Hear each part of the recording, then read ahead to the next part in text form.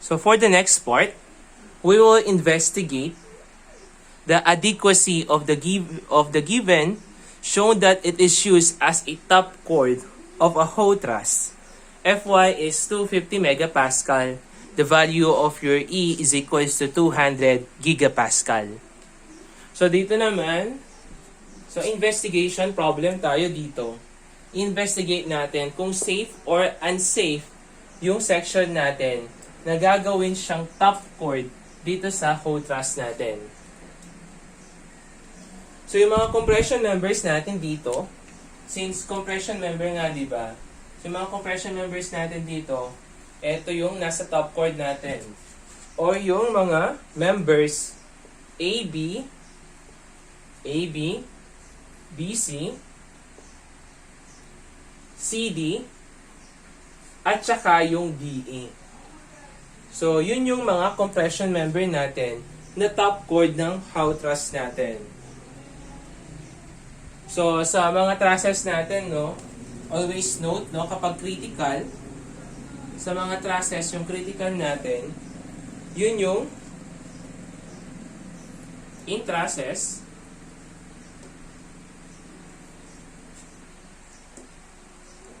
yung critical natin na yun yung nearest to the support.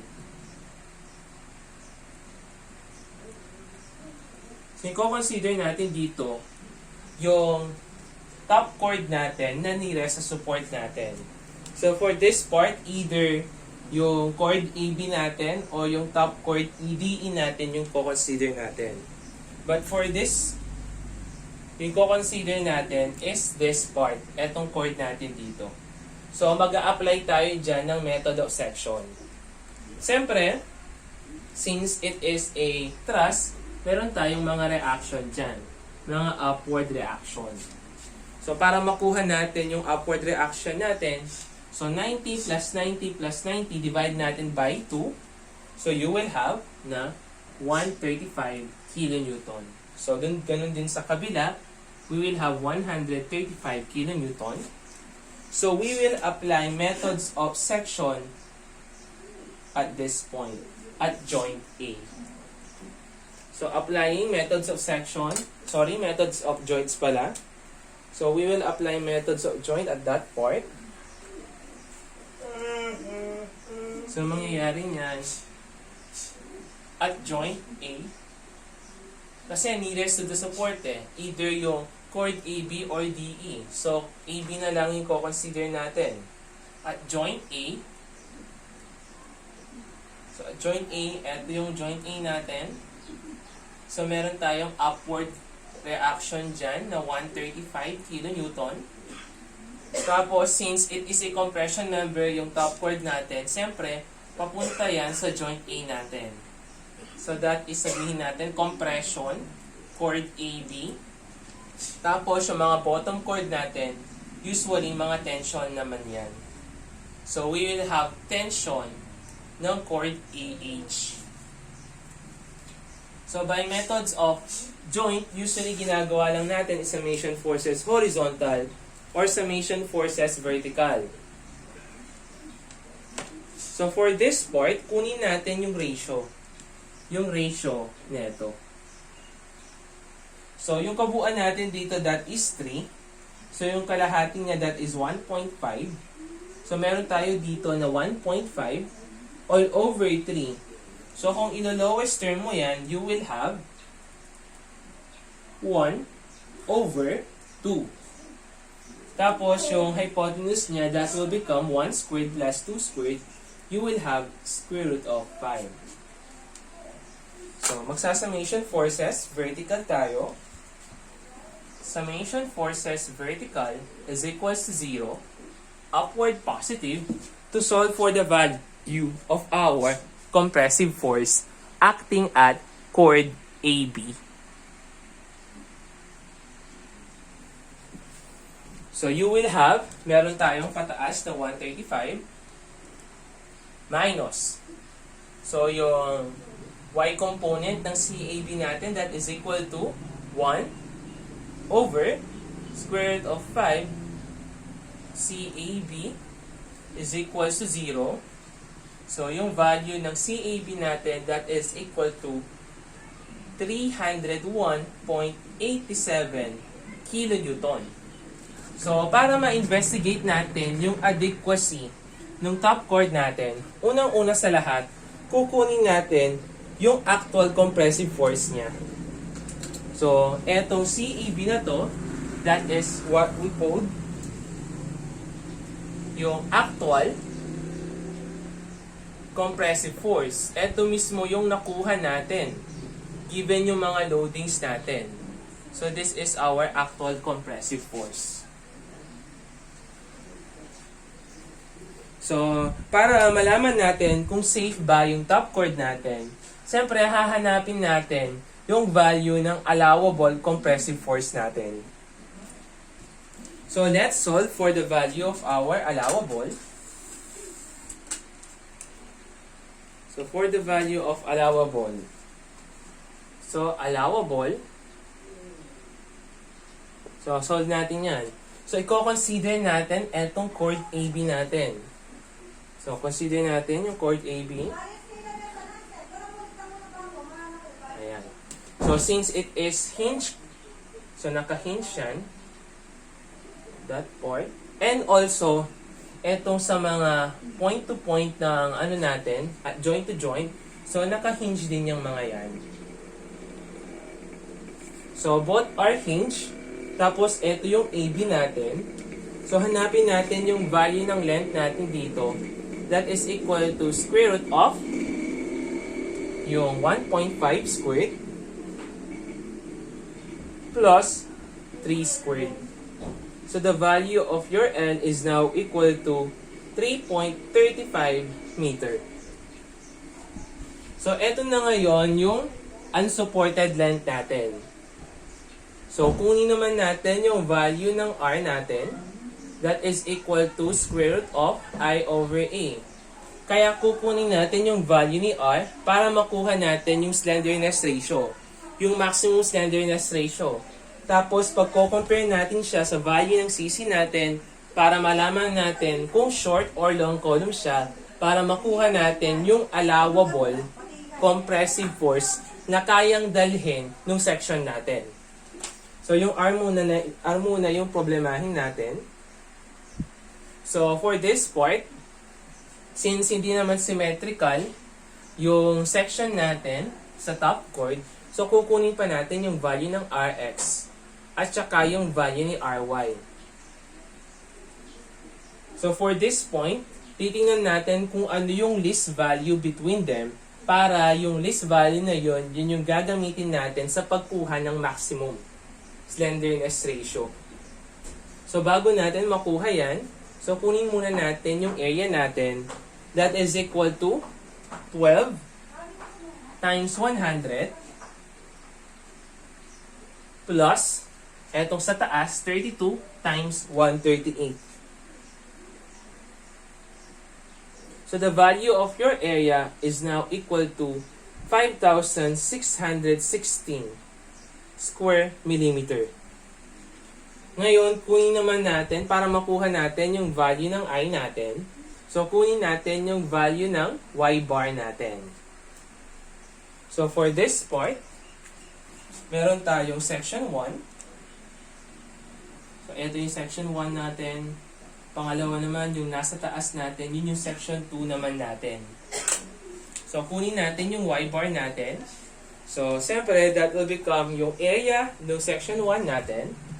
So, area that is equal to 12 times 100 multiplied by. So, sabihin natin na yung reference natin, yun yung nasa pinakababa. Let's say this is our reference. So, kung yun yung reference natin, yung value ng Y1 natin, that is equal to 100 divided by 2, meron kang 50. Susunod naman is yung nasa taas naman. Yung value ng Y sub 2 natin, that is equal to 100 plus 32, that is 132 minus 16. You will have 116. So, lagay natin. So, 12 times 100 times 50 plus 32 times 138 multiplied by yung centroid niya na 116 with respect to the bottom all over yung total area natin na 5,616. So the value of your y bar is now equal to 101.897 mm. So kapag nakuha natin yung value ng y bar natin, so it is the right time para isolve naman natin yung value ng moment of inertia natin. Using transform formula,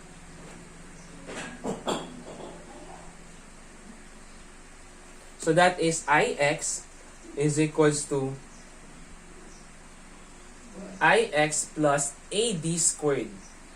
So kunin muna natin yung Ix natin using yung y bar. So we will have Ix is equal to yung moment of inertia muna natin sa section 1.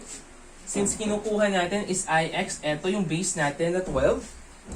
Base over times height squared all over 12 plus yung area niya na 12 times 100 times yung distance na y bar. So, 101.897 minus yung y1 that is equal to 50 quantity squared. So ito yung una. Pangalawa naman yung section 2 natin that is equal to, meron siyang base na 138 multiplied by 32 cube over 12 plus 138 times 32 multiplied by 101.82 yung y bar natin minus yung y sub 2 natin which is equal to 116 squared. So yung value ng Ix natin is equal to 5.487 times 10 raised to 6 millimeter to the fourth. So, wala naman kasi yung Ix natin, yun lang tayo may problema kasi hindi naman siya symmetrical. Pero kapag kukunin naman natin yung y natin, so kung mapapansin ninyo, since they are both rectangle, tapos yung isa nasa pinakagitna, so yung ano natin dito, yung centroid natin dito is nakapagitna siya. So, nakapagitna siya, yung centroid natin, yung x natin, eto yun eh. Eto yung x bar natin. Wherein yung x bar, eto yung kalahati ng 138. Since nakapagitna yung section 1 natin at saka section 2 natin dito sa x bar natin, so sa pagkuha ng Iy natin, madali na lang. So the value of your Iy, so gawin lang natin yung normal lang. So, that is yung base natin. Yung magsisilbing base natin yan, since kinukuha natin is Iy, eto nyan. Yung height natin kanina, so that will become 32. So, unahin muna natin section 1 muna pala. So, we will have yung 100 times 12 cube all over 12 plus 32 times yung 138 naman, yung i-cube natin, all over 12. So, the value of your Iy is now equal to 7.023 times 10 raised to 6 millimeter to the fourth. So, after nating makuha yung dalawang I, so, makukuha na natin yung value ng radius of gyration natin. So, let's solve for the value of Rx and Ry. So, unahin muna natin yung value ng Rx natin. So, Rx is equals to square root of Ix over A. So, lagay lang natin. So, yung magiging value dyan, that is equal to 31.257 mm. For the Ry naman, that is equal to square root of Iy all over A. So you will have 35.363 mm. So ngayon, makukuha na natin yung slenderness ratio natin. So since it is pinned connection, so the value of your K is only equal to 1.0. Yung L natin, ito yung nakuha natin, which is equal to 3,350 mm.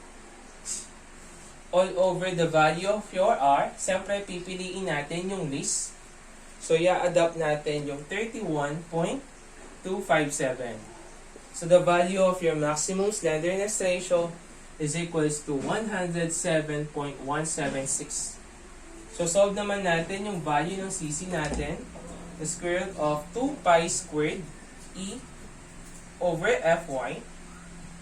The square root of 2 pi squared, yung E natin, 200,000 megapascal, all over the value of your Fy, which is equal to 250 megapascal. So the value of your CC is equal to 125.664. So pag compare natin silang dalawa, since KL over R is less than the value of CC, therefore, short column. So kapag short yung column natin, so kailangan muna natin kunin yung factor of safety natin. So rewrite lang natin, no? Yung nakuha nating actual na i-compare natin mamaya is equal to 301.87 kilonewton. Ito yung actual compressive force. So, kunin muna natin yung allowable stress natin. So, para makuha natin yung allowable, kunin muna natin yung factor of safety. So, that is equal to 5 over 3 plus 3 times yung slenderness ratio natin na 107.1768 multiplied by CC, that is 664 minus 1 over 8.